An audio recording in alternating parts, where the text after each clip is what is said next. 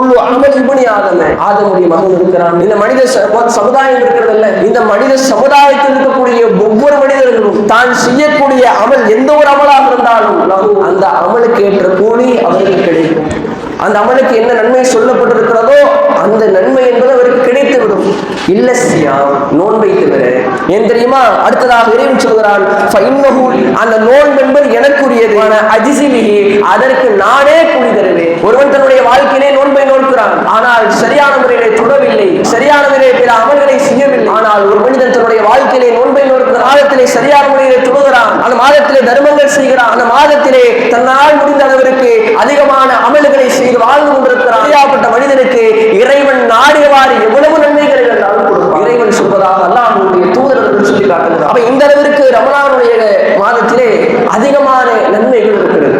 எல்லாம் அல்லாஹ்வுடைய சென்ற வருடம் ரமலானுடைய காலத்தில் நம்மோடு இருந்து நம்மளோட அமல் செய்த, ரமலானுடைய காலம் முழுவதுமாக இறைவனிடத்தில் என்று தொழுது தங்களுடைய வாழ்க்கையில் அதிகமான நன்மைகள் செய்து இருக்கக்கூடியவர்கள் இந்த ரமலானில் அதிகமான நபர்கள் இருக்க மாட்டார்கள். நமக்கு இந்த ரமலானுடைய காலம் கிடைத்திருக்கிறது என்று சொன்னால், எவ்வாறு நாம் இறப்பதற்கு முன்னால் அதிகமாக அமல்களை செய்ய வேண்டும் என்று நினைப்போமோ, அதே போல நமக்கு இது இறுதியான ரமலானுடைய மாதமாக இருக்கலாம். ஆகையால் நாம் இறுதி காலகட்டத்திலே எப்படி அமல்களை செய்வோமோ அதே போன்று இந்த ரமலானுடைய காலத்திலே நாம் அமல்களை செய்ய வேண்டும். பொதுவாக இந்த இஸ்லாமிய மார்க்கத்தை பொறுத்தவரையில் 5 காரியம் முக்கியமாக இருக்கிறது. அதை குறித்து அல்லாஹ்வுடைய தூதர்கள் சொல்லி காட்டுகிறார்கள். புனியல் இஸ்லாமு அலா ஹம்ஸ், இந்த இஸ்லாமிய மார்க்கம் என்பது 5 தூண்களால் நிறுவப்பட்டிருக்கிறது. ஷஹாதத்தி அல்லாஹ் இலாஹ இல்லல்லாஹ் வ அன்ன முஹம்மது ரசூலுல்லாஹ், வணக்கத்திற்குரியவன் அல்லாஹ்வை தவிர வேறு யாரும் கிடையாது, இந்த முகமது என்று சொல்லக்கூடிய மனிதர் அல்லாஹ்வுடைய தூதர் என்று சாட்சி கூறுவது, இது முதலாவது விஷயம். அடுத்ததாக அல்லாஹ்வுடைய தூதர்கள் சொல்லி காட்டினார்கள், வைகாமி ஸலா, தொழுகையை நிலைநாட்டுவது, வைதாய் ஸகா, ஸகாத்தை நிறைவேற்றுவது. அடுத்ததாக அல்லாஹ்வுடைய தூதர்கள் சொல்கிறார்கள், சௌமி ரமலான், ரமலானுடைய மாதத்திலே நோன்பை நிறைவேற்றுவது. இறுதியாக சொன்னார்கள், ஹஜ்ஜுல் பைத், புனித ஆலயத்தை காபாவை எவருக்கு செல்வம் இருக்கிறதோ அவர்கள் அந்த காபாவில் சென்று ஹஜ் செய்வது என்று சொல்லி அல்லாஹ்வுடைய தூதர்கள் இந்த இஸ்லாமிய மார்க்கம் இந்த 5 தூண்களால் தான் நிறுவப்பட்டது என்று சொல்லி காட்டினார்கள். இப்படியாப்பட்ட இந்த 5 முக்கியமான கடமைகளிலே இந்த ரமலானுடைய மாதத்தில் நாம் நோன்பு நோற்பது நமக்கு கடமையாக்கப்பட்டிருக்கிறது.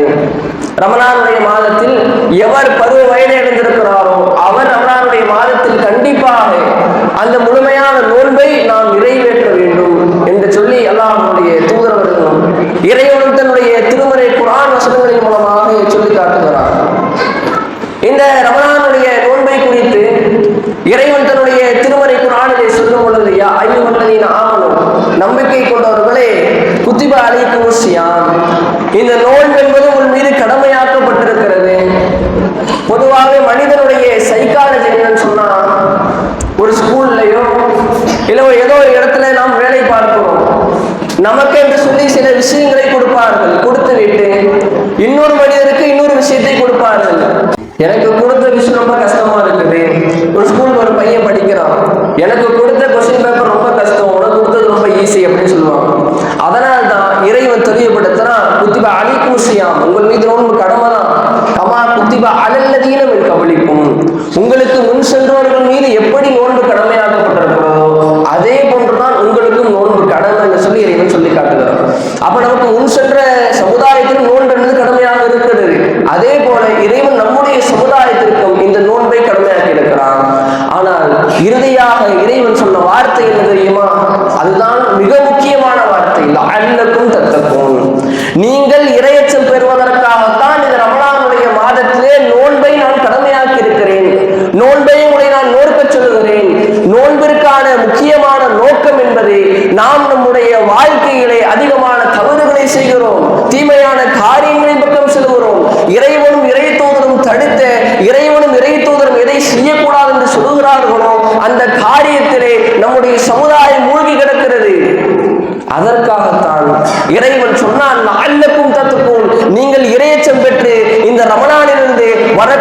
காலங்களிலே, ரமலான் அல்லாத நாட்களிலேயும் நீங்கள் சரியான முறையிலே இறைவனும் இறை தூதரும் காட்டி தந்த வழியிலே செல்ல வேண்டும் என்பதற்காகத்தான் இறைவன் இந்த நோன்பை இறையச்சம் பெறுவதற்காகத்தான் கடமையாக்கி இருக்கிறார் சொல்லி காட்டுகிறார். ஆனால் மனிதனுடைய எண்ணம் எப்படி இருக்கிறது? இந்த நோன்பு எதற்கு கடமையாக்கப்பட்டிருக்கிறது தெரியுமா? எவ்வளவோ பணக்காரர்கள் வாய்க்கு ருசியாக சாப்பிடுகிறார்கள், அவர்கள் நினைத்ததை சாப்பிடுகிறார்கள். ஏழைகள் கஷ்டப்பட்டு கொண்டிருக்கிறாங்க. ஏழைகளுடைய அந்த உணர்வை, அவர்களுடைய கஷ்டத்தை அவர்களும் புரிய வேண்டும், பணக்காரர்களும் புரிய வேண்டும் என்பதற்காகத்தான் இறைவன் வருடத்தில் ஒரு மாதம் நோன்பை கடமையாக்கி இருக்கிறார் என்று சொல்லி இப்படி சில மனிதர்கள் பேசிக் கொண்டிருக்கிறார்கள். இப்படி பலவிதமான மனிதர்கள் நோன்பை பற்றி தவறான விஷயத்தை சொல்லிக் கொண்டிருக்கிறார்கள். ஆனால் இறைவன் தெள்ள தெளிவாக சொல்லிவிட்டால் லஅல்லக்கும் தத்தக்கும், நீங்கள் இறையச்சம் பெறுவதற்காகத்தான் இந்த ரமலானுடைய மாதத்திலே நோன்பு என்பது கடமையாக்கப்பட்டிருக்கிறது சொல்லி இறைவன் தெள்ள தெளிவாக அழகிய முறைகளை சொல்லி காட்டுகிறார். ஏன் இந்த ரமலானுடைய மாதத்தில் இவ்வளவு சிறப்புகள் இருக்கிறது? ஏன் இறைவன் இவ்வளவு நன்மைகளை நமக்கு தருகிறான்? ஏன் இவ்வளவு நாம் தொழுகிறோம்? எதற்காக அமல் செய்கிறோம் என்று பார்க்கும் பொழுது இறைவன் அதையும் தன்னுடைய திருமறை குர்ஆனிலே தெள்ள தெளிவாக சொல்லி காட்டுகிறான். ஷஹ்ரு ரமலான் அல்லது உன்சில ஃபீஹில் குர்ஆன், இந்த ரமலானுடைய மாதத்தில் தான் புனிதமிக்க குர்ஆன் என்பது அருளப்பட்டது. அடுத்ததாக இறைவன் சொல்கிறான் ஹுதல் லின்னாஸ், மக்களுக்கு நேர்வழி காட்டக்கூடிய, தெளிவாக்கக்கூடிய, வபையினாத்து மினல் ஹுதா, நேர்வழியிலிருந்து தெளிவுபடுத்தக்கூடிய, வல் ஃபுர்கான், எது சத்தியம் எது அசத்தியம் என்று சொல்லக்கூடிய குர்ஆன் என்பது இந்த மாதத்தில் தான் அருளப்பட்டது என்று சொல்லி இந்த மாதத்தினுடைய சிறப்பை குறித்து இறைவன் தன்னுடைய திருமறையிலே சொல்லி காட்டுகிறார். இன்னும் இந்த ரமலானுடைய மாதத்தில் இறைவன் ஒவ்வொரு அமலுக்கும் ஒவ்வொரு நன்மை என்று பிரித்து வைத்திருப்பான். நீ தொழுகிறாயா, உனக்கு தொழுகை கேட்ட நன்மை கிடைக்கும். நீ தர்மம் செய்கிறாயா, தர்மம் செய்வதற்காக என்ன நன்மை சொல்லப்பட்டிருக்கிறதோ அந்த நன்மை என்பது கிடைக்கும். இன்னும் பிற அதிகமான அமல்கள் இந்த இஸ்லாமிய மார்க்கத்தில் இருக்கிறது. நீ எந்த அமலை செய்தாலும் அதற்குரிய நன்மை என்பது அதற்கு கிடைக்கும் என்று சொல்லி இறைவன் பலவிதமான நன்மைகளுக்கு பலவிதமாக சொல்லுகிறான்.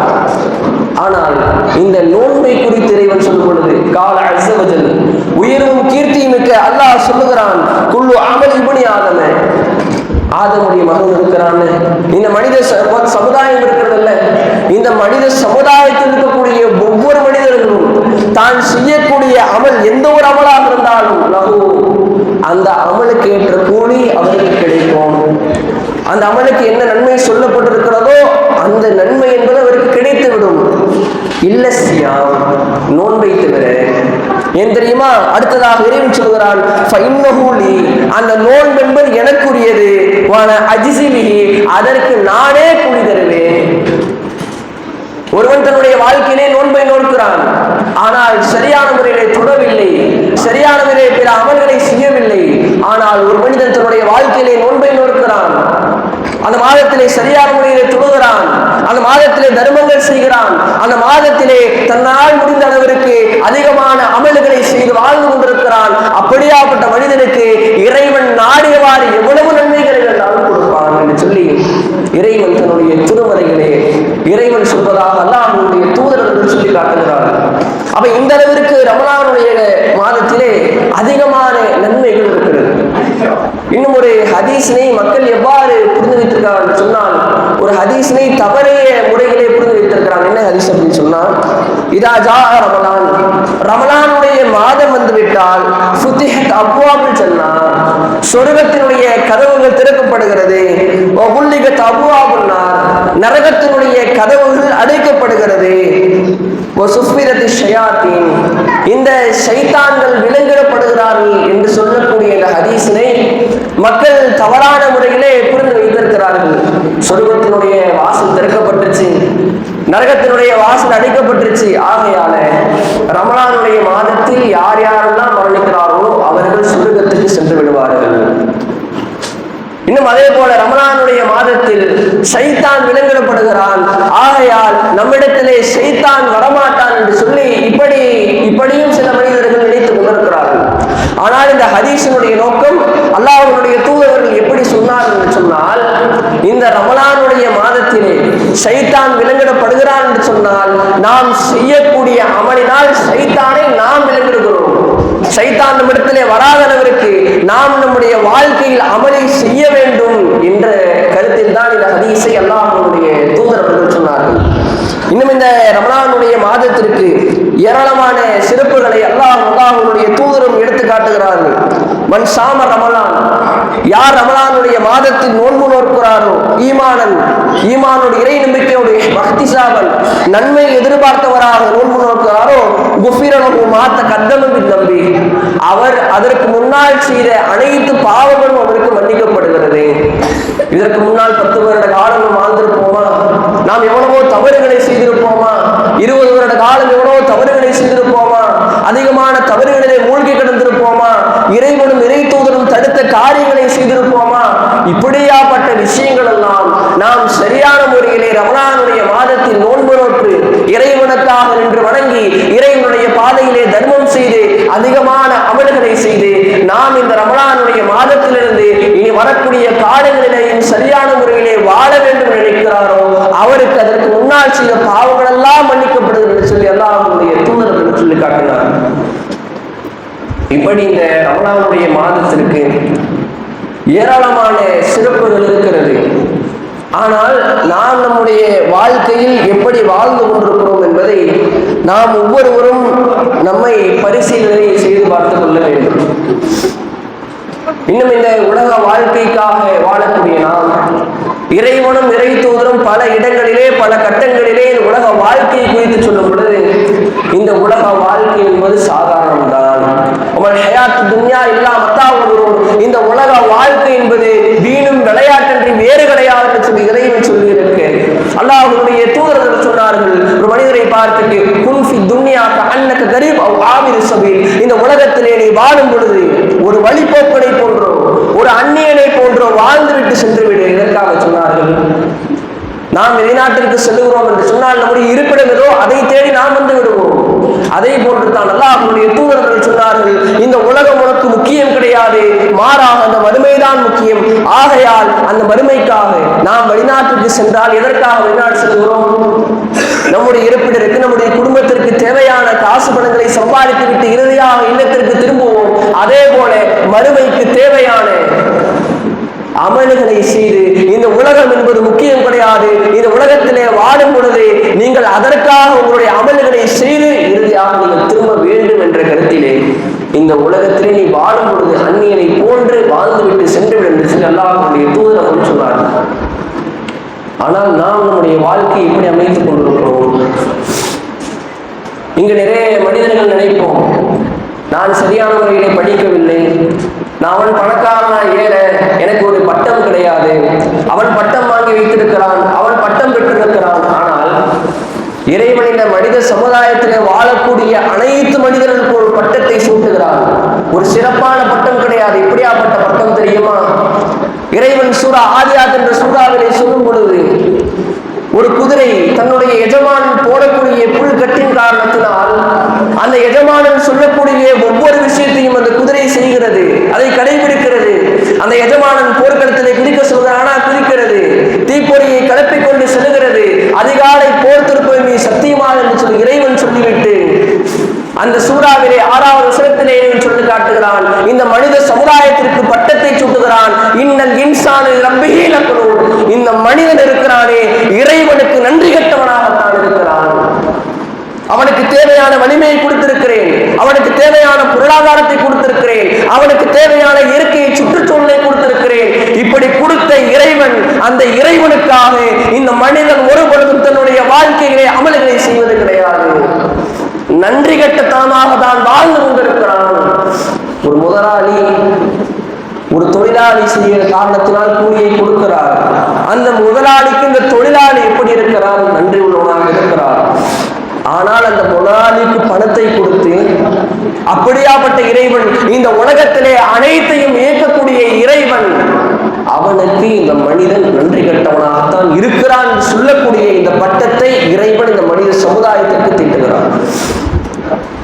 இந்த பட்டத்திற்கு நாம் ஏற்றவர்களா என்று சிந்தித்து பார்த்து ரமலானுடைய மாதத்திலிருந்து இனி வரக்கூடிய காலகட்டத்திலும் நாம் நம்முடைய வாழ்க்கையில் அதிகமான அமல்களை செய்து இந்த ரமலானுடைய காலத்திலேயும் எந்த அளவிற்கு அதிகமாக அமல்களை செய்ய முடியுமோ அந்த அளவிற்கு அதிகமாக அமல்களை செய்து வாழ வரக்கூடிய நன்மக்களாக இறைவன் நம்மை ஆக்கி அருள் புரிவானா என்று சொல்லி இந்த உரையினை முடித்துக் கொள்கிறேன். வாஹிரு தஅவானா அல்ஹம்துலில்லாஹி ரப்பில் ஆலமீன். அஸ்ஸலாமு